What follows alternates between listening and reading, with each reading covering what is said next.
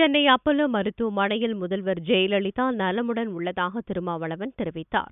விடுதலை சிறுத்தைகள் கட்சித் தலைவர் திருமாவளவன் திங்களன்று அப்பல்லோ மருத்துவமனைக்கு முதல்வரை சந்திக்க சென்றார்.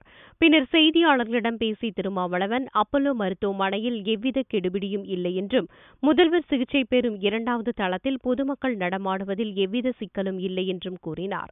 கவர்னரின் அறிக்கையில் திருப்தி இல்லாததால் முதல்வரை நேரில் பார்க்க வந்ததாகவும் தெரிவித்தார்.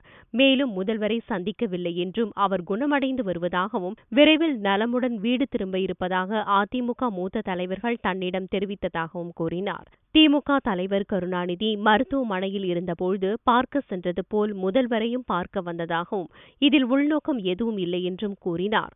காவிரி பிரச்சினையில் பாரதிய ஜனதா அரசு தமிழகத்திற்கு துரோகத்தை இழைப்பதாகவும் அரசியல் ஆதாயத்திற்காக காவிரி மேலாண்மை வாரியம் அமைக்க முன்வரவில்லை என்றும் திருமாவளவன் தெரிவித்தார். நேரிலே வந்து சந்தித்ததில் அவர் விரைவில் நலம் பெறுவார் என்கிற செய்தியை அறிந்ததில் நான் மகிழ்ச்சி அடைகிறேன். முதல்வர் அவர்களை நேரிலே சந்திக்கவில்லை. 2வது தளத்தில் தங்கியிருக்கிற அதிமுகவின் மூத்த தலைவர்களை நான் சந்தித்தேன்.